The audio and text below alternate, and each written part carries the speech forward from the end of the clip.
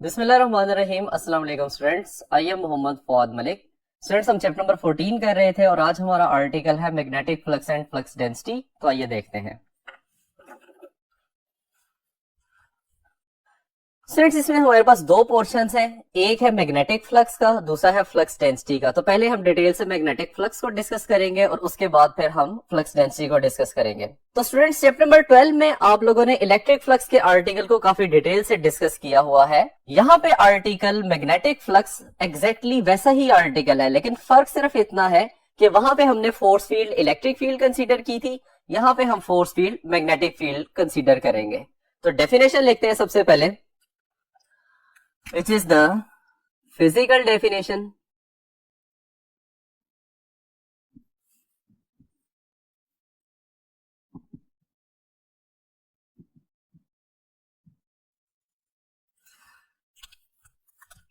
तो magnetic flux को define किया जाता है the number of magnetic lines of force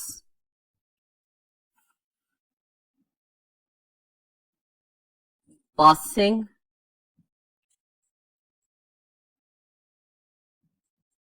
through an area held perpendicular to magnetic field. This is known as magnetic flux. अब students, हम इसकी mathematical definition की तरफ चलते हैं।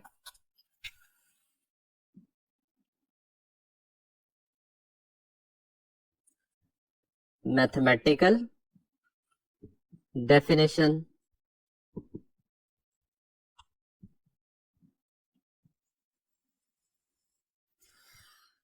मैथमेटिकली हम इसे दो तरीके से डिफाइन कर सकते हैं। नंबर वन है इसमें,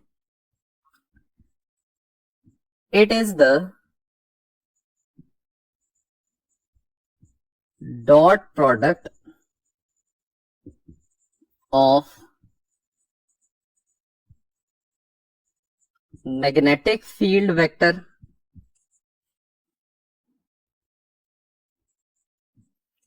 and area vector. Second definition हम इसकी लिख सकते हैं,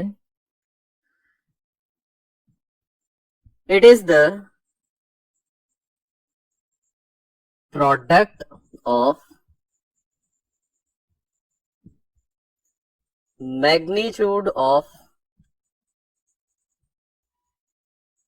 magnetic field and component of area which is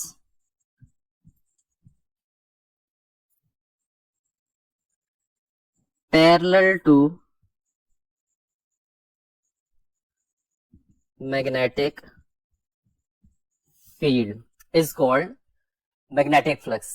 अब स्टूडेंट्स, यहाँ पे ये जो दो डेफिनेशंस हैं, तो इसमें हमें दो बातें नजर आ रही हैं।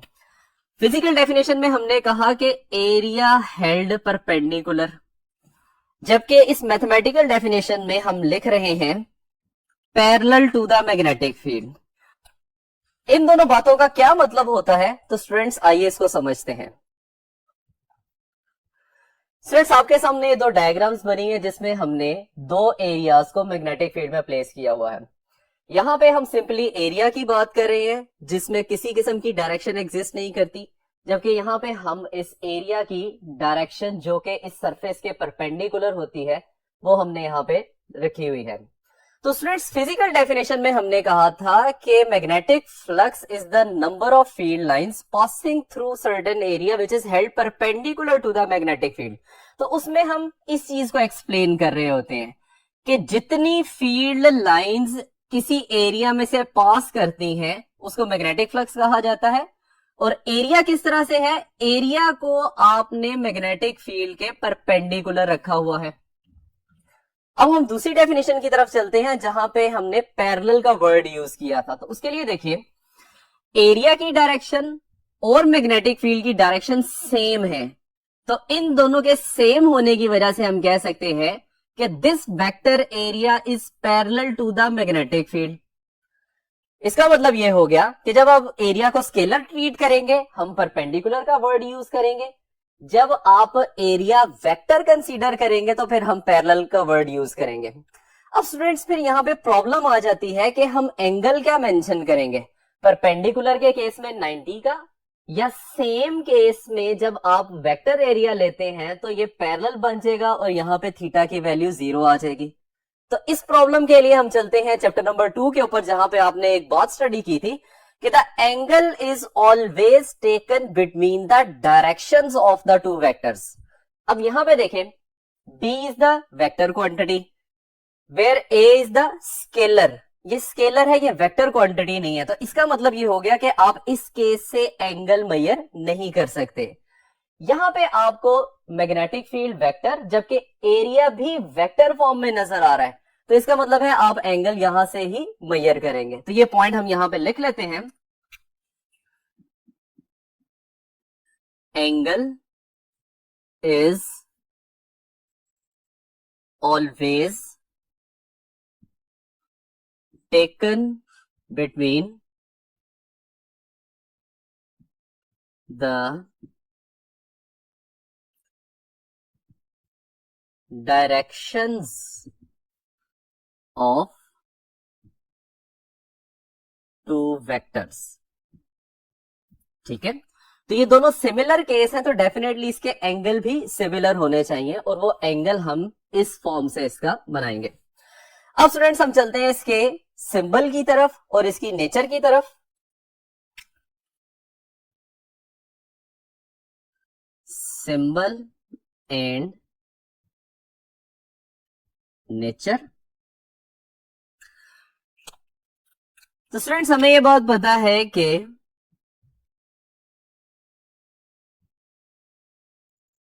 मैग्नेटिक फ्लक्स को फाई बी से रिप्रेजेंट किया जाता है, where phi representing flux and B stand for magnetic field.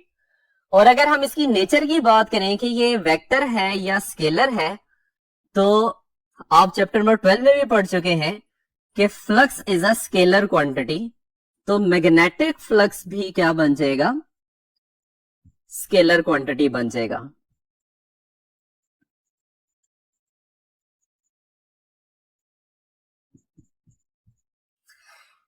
Next students हम इसकी मैथमेटिकल फॉर्म की तरफ चलते हैं।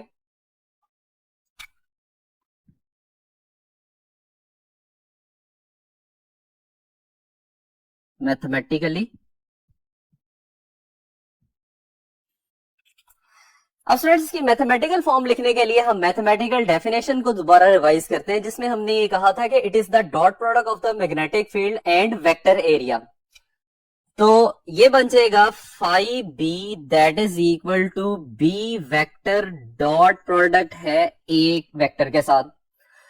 अब चैप्टर नंबर 2 में हमने ये बात डिस्कस की थी कि डॉट प्रोडक्ट को ओपन करेंगे तो इसमें कॉस थीटा आता है, तो इसको एक्सपेंड करते हैं, so we have phi B that is equal to B A cos of theta, where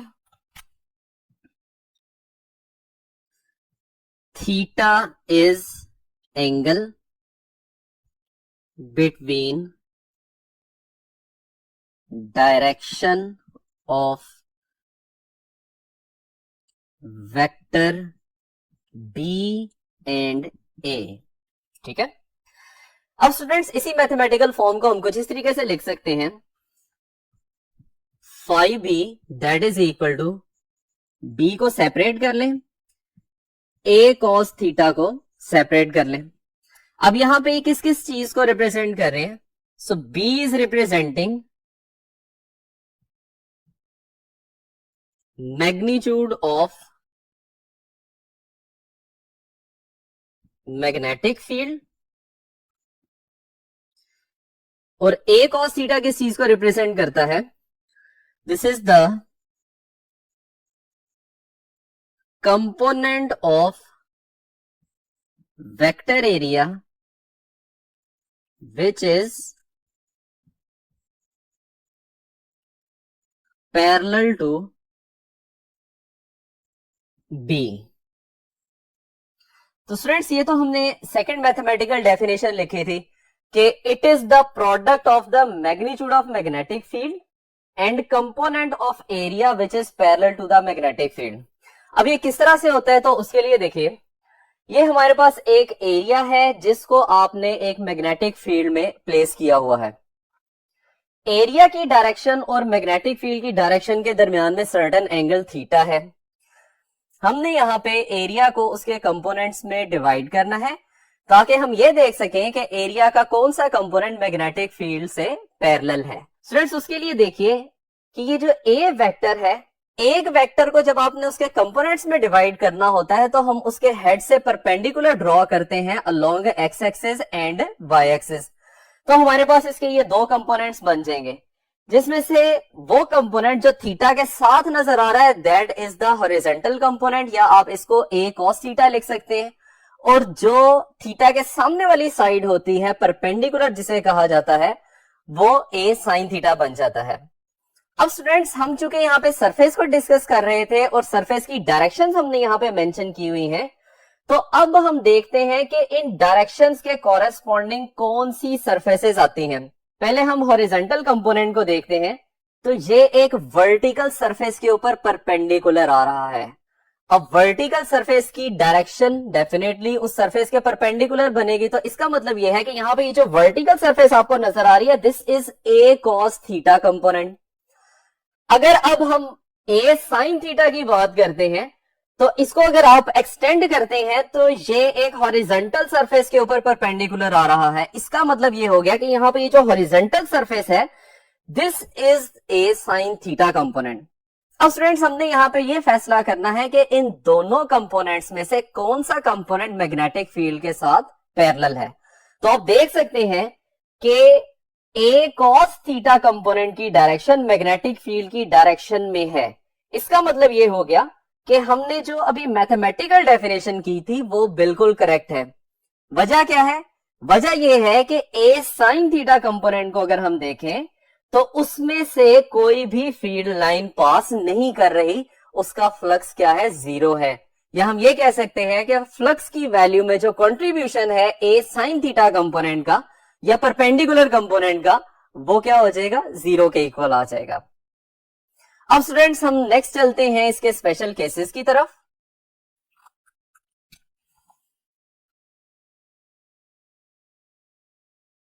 special cases,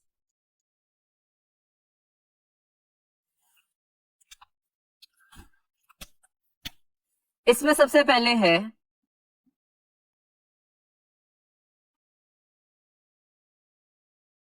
maximum flux.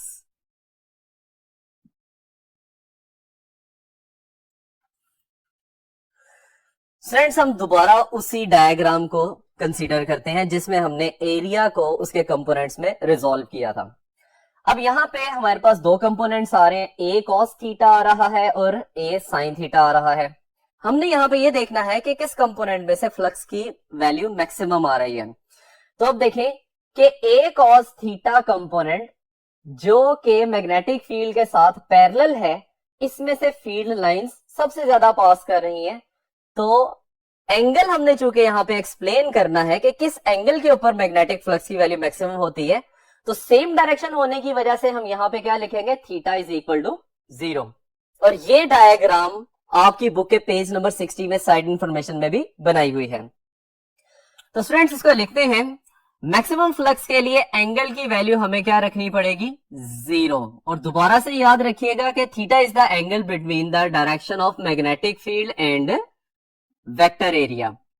So this is B dot A, जिसको एक्सपेंड करेंगे तो ये बन जाएगा B A cos of theta. हमारे case में theta की value है जीरो के equal, so phi B that is equal to B A cos of 0 degree.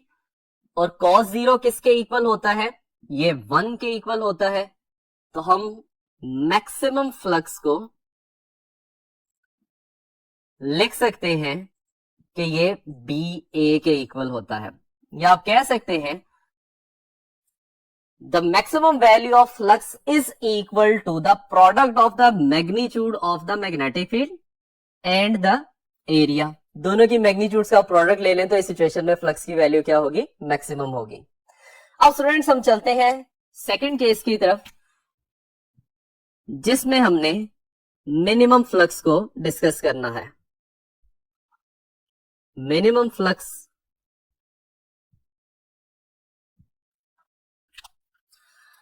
Students हम दोबारा उसी डायग्राम को इमेजिन करते हैं जहां पे हमने एरिया के दो कंपोनेंट्स बनाए थे। ए कॉस थीटा कंपोनेंट तो हम ऑलरेडी डिस्कस कर चुके हैं मैक्सिमम फ्लक्स के लिए। अब हम ए साइन थीटा कंपोनेंट की तरफ चलते हैं। अब देख सकते हैं कि कोई भी फील्ड लाइन ए साइन थीटा के अंदर से पास नहीं कर रही। कुछ लाइंस हैं जो कि ऊपर से पास कर रही हैं और कुछ ऐसी लाइंस हैं जो कि इसके नीचे से पास कर रही हैं। अब हम एंगल को चूंकि यहां पे डिस्कस करना चाहते हैं तो एंगल तो डायरेक्शंस के दरमियान में लिया जाता है। तो आप देख सकते हैं कि ए साइन थीटा कंपोनेंट की डायरेक्शन मैग्नेटिक फील्ड की डायरेक्शन के परपेंडिकुलर आ रही है। तो इस सिचुएशन में हम लिखेंगे मिनिमम फ्लक्स के लिए एंगल की वैल्यू होनी चाहिए 90 degree. So once again phi B is equal to B dot A which is B A cos of theta. Theta की वैल्यू हमारे केस में है 90 डिग्री। सो कॉज 90 किसके इक्वल आ जाता है, 0 के इक्वल होता है। हम इसको लिख सकते हैं बी ए इंटू 0 और फ्लक्स मिनिमम ये किसके इक्वल आ जाएगा, 0 के इक्वल आ जाएगा। अब फ्लक्स 0 होने का क्या मतलब है, know field line is passing through the area under this condition. यानी कि जब दोनों डायरेक्शंस के दरमियान में मैग्नेटिक फील्ड और एरिया की डायरेक्शन के दरमियान में एंगल 90 होगा तो कोई भी लाइन एरिया में से पास नहीं करेगी। अब स्टूडेंट्स ये बातें बुक के पेज नंबर 60 के पैराग्राफ में मेंशन की हुई हैं। अभी तक हम फ्लक्स को डिस्कस कर रहे थे फॉर द फ्लैट सरफेसेस। अगर हमें वो एक कर्व सरफेस दे देता है तो कर्व सरफेस के लिए फ्लक्स की वैल्यू किस तरह से फाइंड करेंगे, तो आइए देखते हैं।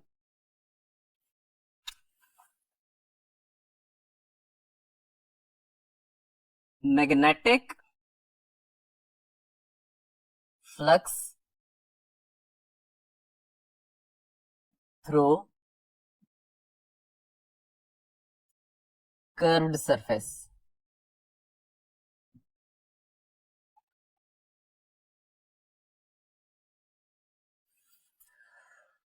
स्टूडेंट्स इसके लिए हम दोबारा चैप्टर नंबर 12 पे चलते हैं जहां पे आपने एक आर्टिकल पढ़ा था, electric flux through a close surface enclosing a charge. ठीक है, अब इसमें भी सरफेस फ्लैट नहीं थी क्योंकि ये जो फार्मूला हम यूज करते हैं फाई बी कह लें या फाई ई इलेक्ट्रिक फील्ड के केस में बी डॉट ए, वो कहता है this is only applicable for the flat surfaces.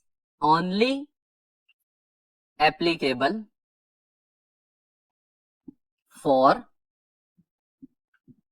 Flat surfaces. अब हमारे केस में सरफेस क्या थी, कर्व्ड थी। तो वहां पे हमने क्या किया था कि इस स्फीयर की कंप्लीट जितनी भी सरफेस है उसको स्मॉल पैच में डिवाइड किया था इस तरह से कि हर एक पैच एक फ्लैट सरफेस की तरह बिहेव करे।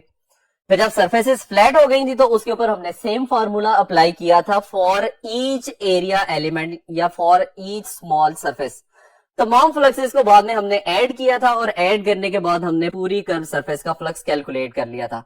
तो स्टूडेंट्स यहाँ मैग्नेटिक फील्ड के केस में भी बिल्कुल हम वैसा ही करेंगे कि जो भी कर्व सरफेस आएगी उसको सर्टेन स्मॉल एरिया एलिमेंट्स के अंदर डिवाइड करेंगे और फिर हर एक एलिमेंट एरिया से बनने वाले फ्लक्स को कैलकुलेट करके टोटल फ्लक्स फाइंड करने के लिए हम उन वैल्यूज को आपस में ऐड कर देंगे। तो नेट फ्लक्स को हम कुछ इस तरीके से लिख सकते हैं, net magnetic flux that is equal to flux through the first surface, flux through the second surface and so on। so जहां तक भी हमारे पास सरफेसेस हैं हम सपोज कर लेते हैं टोटल नंबर ऑफ पैच या सरफेसेस n थे। So phi B that is equal to B1.A1 plus इसकी वैल्यू आ जाएगी B2.A2 plus so plus B for nth dot AN।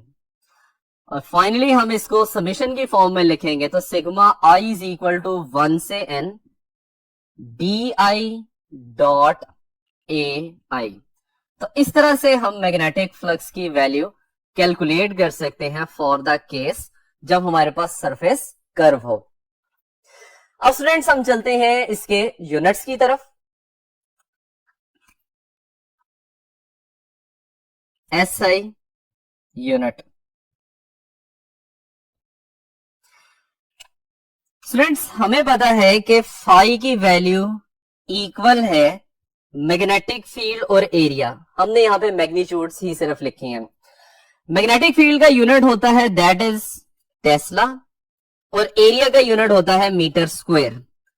तो मैग्नेटिक फ्लक्स का यूनिट क्या बन गया? टेस्ला इंटू मीटर स्क्वायर, जिसको हम लिखते हैं weber, after the name of a famous scientist Wilhelm weber. ठीक है, अब वेबर जो होता है इसको रिप्रेजेंट किया जाता है WB से, which is equal to tesla into meter square. अगर आप टेस्ला की वैल्यू एक्सपेंड करके इसमें मीटर स्क्वायर के साथ सिंप्लीफिकेशन करते हैं तो हमारे पास इसका आंसर बनेगा न्यूटन मीटर पर एम्पियर। और अगर हम फर्दर न्यूटन की वैल्यू इसके अंदर पुट कर दें तो इसके लिए 5B की वैल्यू आ जाएगी किलोग्राम मीटर स्क्वायर पर सेकेंड स्क्वायर पर एम्पियर।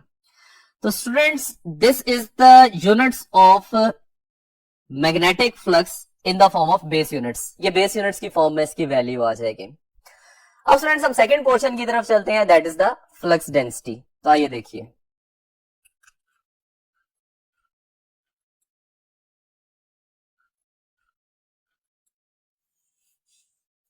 स्टूडेंट्स अब हम डिस्क्राइब करते हैं कि व्हाट इज फ्लक्स डेंसिटी। तो इसके लिए देखिए, अभी हमने मैग्नेटिक फ्लक्स का फॉर्मूला देखा है that is 5B which is equal to B into A. अब इसी फॉर्मूला से अगर हम मैग्नेटिक फील्ड की वैल्यू निकालें तो ये किसके इक्वल आ जाएगी? 5B divided by area. This is the magnetic flux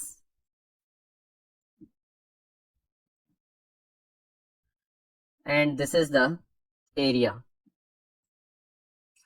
अगर हम इसको डिफाइन करते हैं तो ये बनता है magnetic flux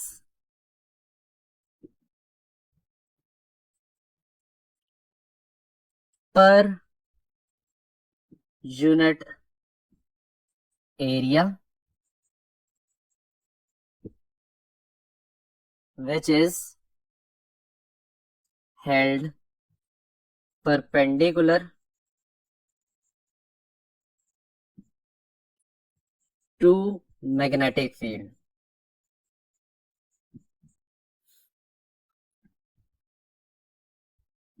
So this is the definition of flux density, यानी कि flux per unit area, this is known as flux density. और फ्लक्स डेंसिटी क्या चीज है? फ्लक्स डेंसिटी हम मैग्नेटिक फील्ड को ही कहते हैं। तो हम लिख सकते हैं यहां पे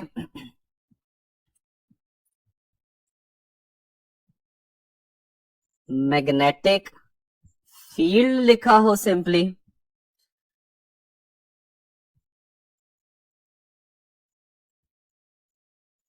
magnetic field intensity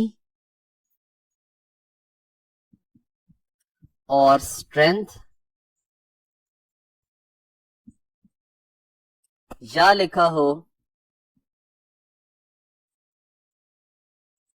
magnetic induction, या लिखा हो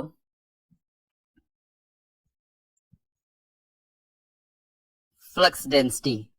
तो ये सारे के सारे नाम मैग्नेटिक फील्ड के ही हैं, ये बात आपने याद रखनी है। और अगर हम इस फॉर्मूला के मुताबिक देखें तो इस फॉर्मूला के मुताबिक मैग्नेटिक फील्ड का यूनिट क्या बनेगा? तो वो कुछ इस तरह से बन जाएगा B is equal to 5B divided by A। Magnetic flux का यूनिट क्या होता है? That is weber. एरिया का यूनिट क्या होता है? Meter square. तो हम कह सकते हैं कि B का एक unit weber per meter square भी होता है, जो कि स्टूडेंट्स हमने प्रीवियस आर्टिकल में भी लिखा था और हमने ये कहा था कि इसको हम नेक्स्ट आर्टिकल में जाकर डिस्कस करेंगे। तो स्टूडेंट्स ये है हमारा आज का लेक्चर। उम्मीद करते हैं कि आपको समझ आ गया होगा। इजाजत चाहते हैं। अल्लाह हाफिज।